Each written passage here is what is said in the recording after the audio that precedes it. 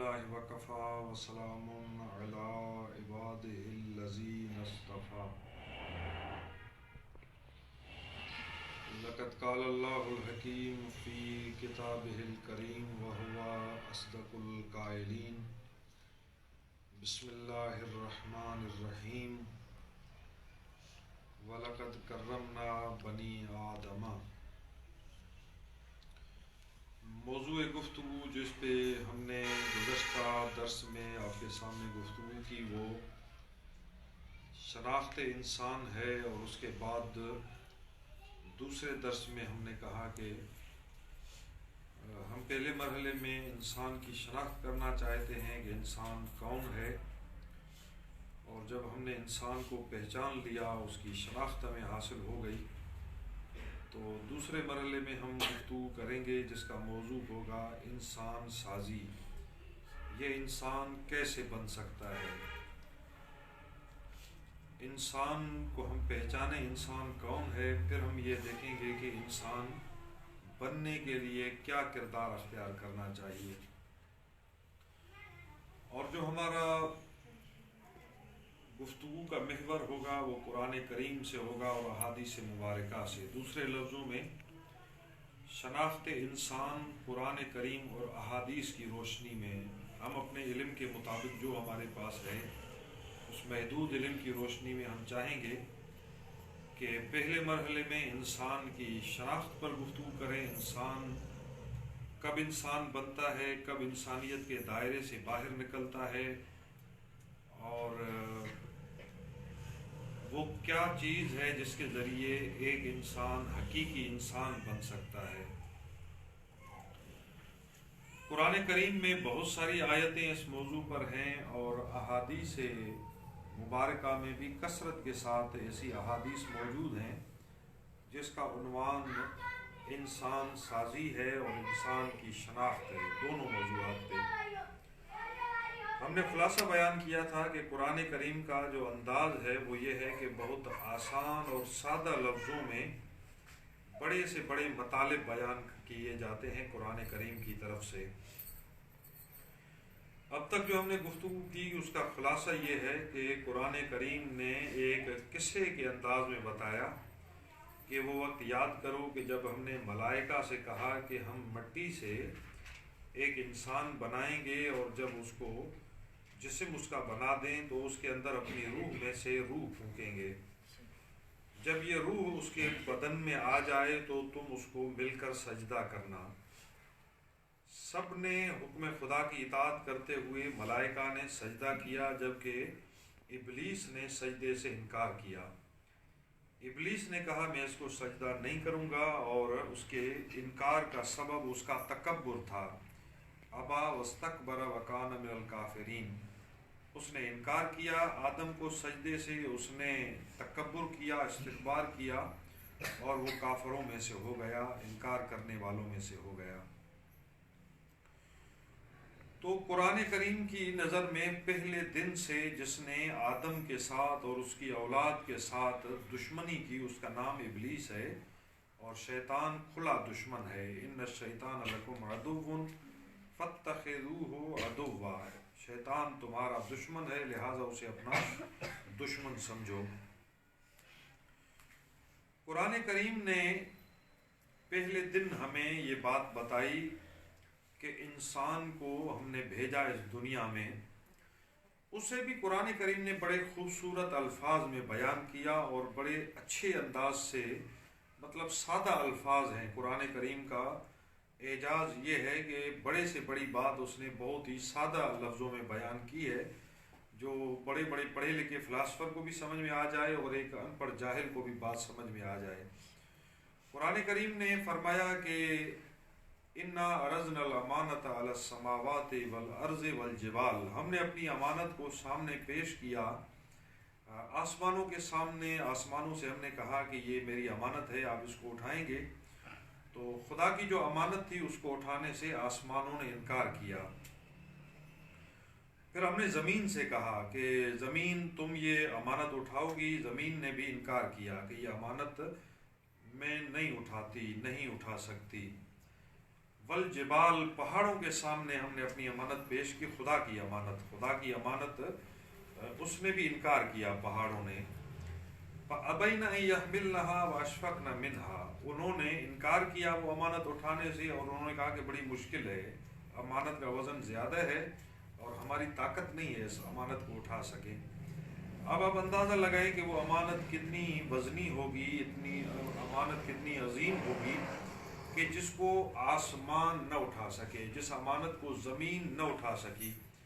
पहाड़ इतने ताकतवर हैं, बड़े मजबूत, और उसके साथ साथ उनको जो है खुदा ने सख्ती भी अता की है, और बुलंद भी हैं। बुलंद भी इतने ज़्यादा, इंसान के देखे तो शायद जो है हैरान रह जाए उनकी बुलंदी को देखकर। आसमान इतनी बड़ी होते हुए और इतना बुलंद होते हुए, कुरान कहता है कि कायनात की बड़े से बड़ी मखलूक़ात यही हैं, आसमान, ज़मीन, पहाड़। इन्होंने इनकार किया कि हम जो है इसको नहीं उठा सकते, ये अमानत हमारे बस की बात नहीं है।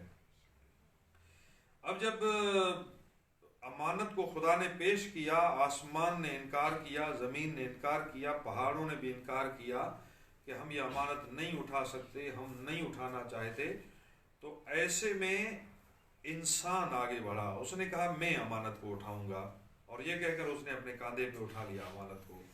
वो अमानत जिसको आसमान न उठा सका, हैरत की बात है, जिसको ज़मीन इतनी बड़ी वुसअत के बावजूद न उठा सकी, जिसको पहाड़ इतनी बड़ी बुलंदी और ताकत और सख्ती के बावजूद न उठा सके, उसको इंसान ने उठा लिया। वह हमलहल इंसान, इंसान ने उस अमानत इलाही को उठा लिया। तो अब इस पे आयत पे गौर करें। यह आयत सोचने की है कि इस आयत ने बहुत बड़ी बात कह दी है कि इंसान की अजमत इतनी है कि जो वज़न आसमान न उठा सका, जो वज़न ज़मीन न उठा सकी, जो वज़न पहाड़ न उठा सके, उसको इंसान ने उठा लिया। ये कोई किताब की बात नहीं है, अल्लाह की किताब की बात है, कुरान की बात है, अल्लाह का फरमान है कि इंसान ने उसे उठा लिया। इन्नहु कान ज़लूमन जहूला, इसमें शक नहीं है कि इंसान बहुत ज़्यादा जालिम है और बहुत ज़्यादा जाहिल है। यानी एक तरफ से अल्लाह ने उसकी जुर्रत को बयान किया, उसकी जुर्रत, उसकी बहादुरी, उसकी क़ुव्वत, उसका इरादा, कि आसमान ने कहा मैं नहीं उठाता, ज़मीन ने कहा नहीं उठाता, पहाड़ ने कहा नहीं उठाता, ये आगे बढ़ा, उसको उठा लिया अपने कंधे पे। उसने कहा मैं उठाऊंगा। लेकिन उठाने के बाद अल्लाह ने तारीफ नहीं की, बल्कि उसकी सख्त लफ्ज़ों में उसको ज़रा सुनाई कि ज़्यादा जालिम है और बहुत जाहिल है। तो ये इस तरह की जो आयात हैं, आयतुल्लाह मुर्तज़ा मुतहरी ने इसको मौज़ूए गुफ्तगू बनाया है, दूसरे बुज़ुर्गों ने। इसके अंदर कुछ अहम नुकात हैं, मैं उसकी तरफ भी कुछ इशारा करूँगा। लेकिन हम आते हैं अमानत इलाही की तरफ। यह ज़लूमन जहूला क्यों कहा, जालिम और जाहिल क्यों कहा, इसको हम बाद में गुफ्तगू करेंगे जब इस मरहले पे हम पहुँचे। लेकिन हम पहले अमानत इलाही पे बात करना चाहते हैं कि वो खुदा की अमानत क्या थी। वो क्या अमानत थी जिसका मकाम इतना बुलंद है कि उसे खुदा ने कहा मेरी अमानत।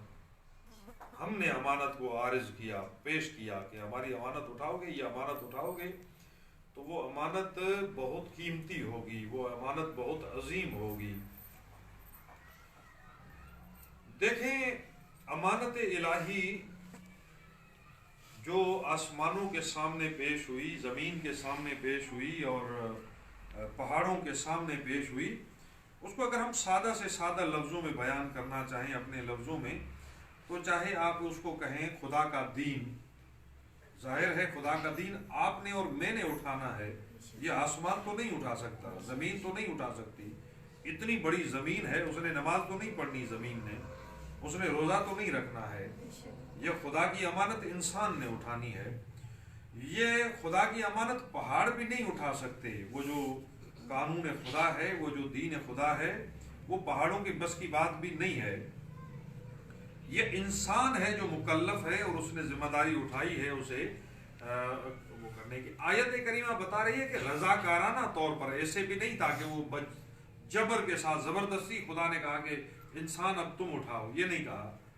बल्कि कहा हम तो पूछ रहे थे आसमान और ज़मीन से कि तुम उठाओगे, हमने तो पहाड़ से पूछा, उनको हमने कहा ये अमानत उठाओगे, उन्होंने कहा हम नहीं उठा सकते। इधर से इंसान ने उठा ली उस अमानत को। उठा के कांधे पे, मिसाल के तौर पर मैं कहूँ कि ये कुर्सी उठानी है, हाँ, एक ने कहा कि मैं नहीं उठा सकती, दूसरे ने कहा, फाहर ने, बहन ने, कि मैं भी नहीं उठा सकती। इतने में उधर से एक फाहर उठी और उसने उठा के उसको रवाना हो गई, ठीक है ना। इस तरह से इंसान ने उसको उठा लिया, अमानत इलाही। अब ये जो अमानत है दीन के नाम से, शरीयत के नाम से, या आप उसको कहें कुरान करीम के नाम से, जाहिर है ये एक ही चीज है, उसकी मुख्तलिफ सूरतें हैं। अंबिया इलाही उसका अमली नमूना है, वो अगर किताबी शक्ल में आ जाए तो अल्लाह की किताब बनती है, तौरात की सूरत में, कुरान करीम की सूरत में, और इसी निज़ाम और इसी आइन का नाम दीन है, इसी को दीन कहते हैं। बहरहाल लफ्ज़ों के अंदर अलग अलग है इसका मफहूम, लेकिन बहरहाल एक ही मौजू, और वो खुदा का दिया हुआ निज़ाम ज़िंदगी है, उसी पे ये सब दलालत करते हैं। तो बहरहाल ये अमानत इलाही इंसान ने उठा ली। अब इंसानों की किस्में हो गई ये अमानत उठाने वाले इंसान। कुछ इंसान ऐसे हैं जिन्होंने अमानत को उठाया और अमानत को ज़ाय कर दिया। कुछ इंसान ऐसे हैं जिन्होंने अमानत को उठाया और उस अमानत की हिफाजत की, जैसे हिफाजत का हक था। मैंने कहा इस कुर्सी को आप उठाएंगी, इन्होंने इनकार किया कि ये वजन इसका ज्यादा है, मैं कमजोर हूँ और मैं इस कुर्सी को नहीं उठा सकती। अब इसका वजन कम है, लेकिन इसको आप अंदाजा लगाएं, कोई टेबल हो बड़ी सी, उसको आपने भी कहा मैं नहीं उठा सकती। इन्होंने उठा लिया बगैर बताए, बगैर कहे, उठा के रवाना हो गई। आगे जाके उसको यूं करके पटक दिया, जमीन पर फेंक दिया। वो कुर्सी वहीं पे टूट गई, उसकी टांगें भी टूट गई। तो अब तो गुस्सा आएगा, उसको कहेंगे कि तुम जालिम हो, जाहिल हो, तुमने अगर उठाया था तो उसकी हिफाजत करनी थी आपने, इसको कीमती चीज थी, उसको अगर उठाया था, या तो आप ना उठाते, जैसे जमीन ने नहीं उठाया, इन्होंने इनकार किया कि मैं नहीं उठा सकती, लेकिन जब उठाया था तो फिर तो उसकी हिफाजत करनी थी, कीमती अमानत थी, आखिर आपने उसको तोड़ क्यों दिया। तो इंसान दो किस्म के हैं, जिन्होंने खुदा की अमानत को उठाया और अमानत को हक उठाने का हक अदा किया, उन पे खुदा ने सलाम भेजा, फरमाया वसलामुन अला नूहिन फिल आलमीन, दोनों जहानों में नूह पर सलाम, जितने भी जहान हैं उन तमाम जहानों में नूह की इज्जत पे सलाम, नूह की अजमत पे सलाम, खुदा ने सलाम भेजा। मैं और आप तो सलाम पढ़ते ही रहते हैं, लेकिन अजमत और इज्जत का अंदाजा इस पे लगाएं कि खुदा ने नूह पर सलाम भेजा, खुदा का सलाम हो नूह पर और तमाम जहानों में नूह की इज्जत पर सलाम। आप अंदाजा लगाएं कि वो इंसान कितना अजीम होगा, वो इंसान कितना बुलंद रुतबे का मालिक होगा, जिसपे खुदा खालिक कायनात सलाम भेजे। उसी खुदा ने कहा सलाम अला इब्राहीम, इब्राहीम की इज्जत पे सलाम, सलाम इब्राहीम पर। वो इब्राहीम कितना अजीम इंसान होगा, वो कितना बेमिसल इंसान होगा जिसपे खुदा सलाम भेजे। उसी खुदा ने कहा हजरत यहया अलैहिस्सलाम के लिए, उसी कुरान ने कहा, अल्लाह ने कहा हजरत ईसा अलैहिस्सलाम के लिए, वसलामुन अलैहि यौम वुलिदा व यौम यमूत व यौम युबअसु हय्या, सलाम उस पर के जिस दिन वो पैदा हुआ, सलाम उस पर के जिस दिन इस दुनिया से चला गया, सलाम उस पर, खुदा का सलाम के जिस दिन वो दोबारा जिंदा होकर उठेगा। आप अंदाजा लगाएं कि अल्लाह ने, रब्बुल इज्जत ने एक सलाम नहीं 3 दफा सलाम भेजा, 3 दफा, सलामुन अलैहि यौम वुलिदा व यौम यमूत व यौम युबअसु हय्या। अब उनकी कुर्बानी का आप अंदाजा अब लगाएं कि वो कितने अजीम इंसान होंगे, कितनी बड़ी उनकी जफाकशी, जदोजहद, मेहनत होगी, कितना अजीम किरदार होगा कि अल्लाह ने उन पे 3 दफा सलाम भेजा। तो ये वो हैं जिन्होंने अल्लाह की अमानत की हिफाजत की और ये सलाम के लायक ठहरे। उसी अल्लाह ने फरमाया हजरत सैयदुल अंबिया पे, इन पे भी सलाम भेजा और इनकी आल पे भी सलाम भेजा। फरमाया सलामुन अला आल यासीन, यासीन की पूरी आल पर सलाम हो, खुदा का सलाम हो यासीन की आल पर। मोहम्मद मुस्तफ़ा का लक़ब यासीन है, अल्लाह ने उनकी आल पर सलाम भेजा। तो बहुत बड़ा रुतबा है इनका जिन पे खुदा ने सलाम भेजा। लेकिन कुछ इंसान हमारी तरह हैं जो खुदा की अमानत उठाई है उन्होंने, हमने अपने कांधे पर, लेकिन उसको फिर जाके हम रोज तोड़ते भी हैं, फेंकते हैं उसको, कभी उसकी टांग तोड़ देते हैं, कभी उसके मुंह को जख्मी कर देते हैं, कभी उसका बुरा हशर किया है हमने खुदा की अमानत का। इसलिए ہم خدا کے سامنے شرمندہ ہیں کہ ایک امانت ہم نے اٹھائی اس کی، اور اس امانت کو ہم نے ضائع کر دیا۔ جب انسان امانت الہی کو ضائع کرتا ہے تو پھر وہ انسانیت کے درجے سے گر جاتا ہے، وہ پھر انسان نہیں رہتا، حیوان بن جاتا ہے۔ قرآن کریم نے ایسے انسانوں کی مثال دی، ایک جگہ پہ مثال دی گدھے کے ساتھ، فرمایا مثل الذین حملوا التوراۃ ثم لم يحملوها کمثل الحمار یحمل اسفارا، سورۃ جمعہ۔ ان لوگوں کی مثال جن کو ہم نے کتاب تورات عطا کی، تورات اللہ کی کتاب، اللہ کا کلام ہم نے انہیں عطا کیا، یہ اللہ کی کتاب ہے، یہ تمہارے لیے ہدایت ہے، یہ نور ہے، اس کی پیروی کرو، یہ احکام الہی ہیں، اس کے مطابق تم چلو۔ لیکن وہ مست تھے، انہوں نے اللہ کی کتاب کی قدر نہیں کی، نافرمانی کی، اس کی امانت الہی کو انہوں نے پامال کیا، امانت الہی کے ساتھ بہت برا سلوک کیا۔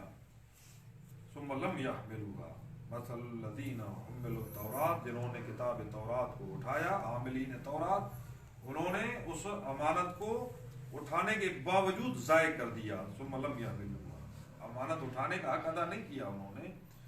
کمثل الحمار، ان کی مثال گدھے کی طرح ہے، وہ بظاہر انسان ہیں، در حقیقت گدھے ہیں، اللہ کی نظر میں وہ گدھے ہیں، آپ کو وہ انسان نظر آتے ہیں، داڑھی ہے ان کو، اور انسانی جسم ہے ان کا، انسانی صورت ہے، کبھی مرد کی صورت میں، کبھی عورت کی صورت میں، لیکن کردار گدھے کا ہے، اللہ کی نظر میں وہ گدھے ہیں۔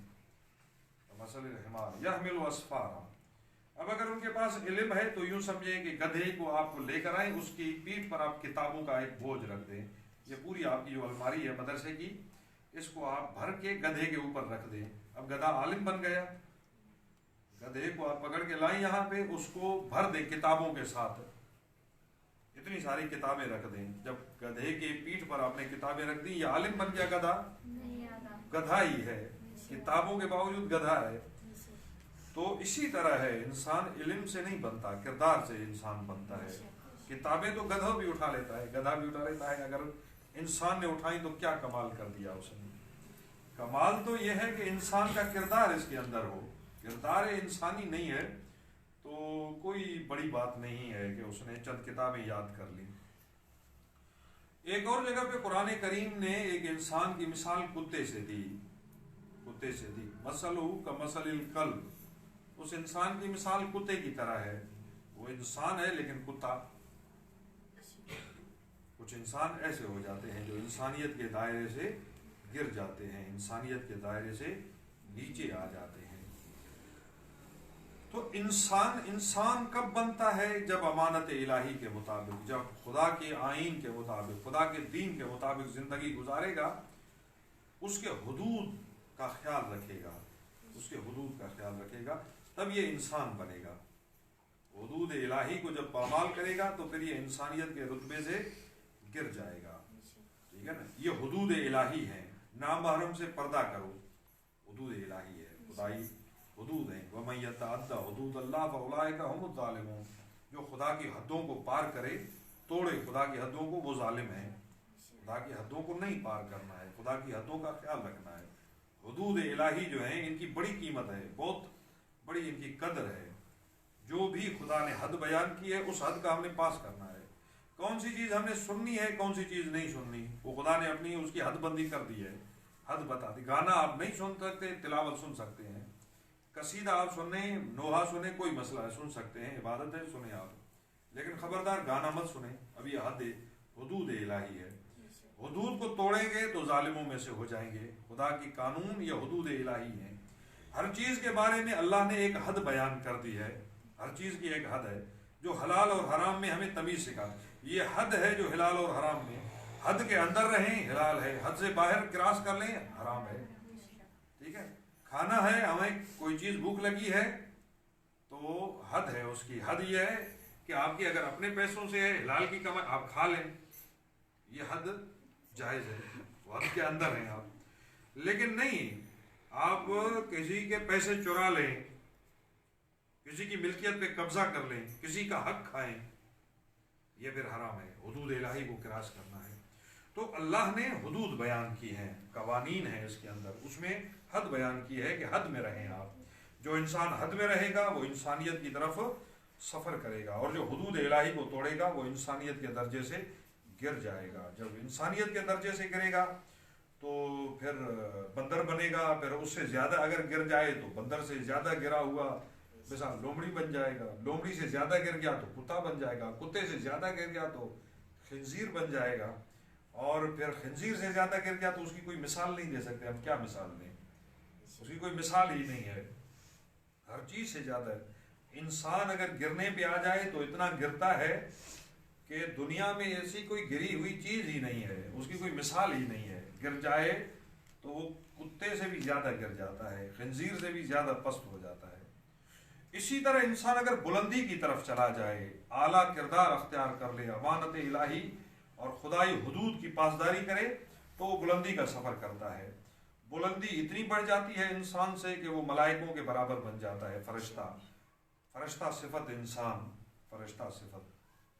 और बाज़ औक़ात इंसान और ज़्यादा बुलंद होता है, वो फरिश्ता सिफत क्या, फरिश्ते हैरान रह जाते हैं उसे देख कर।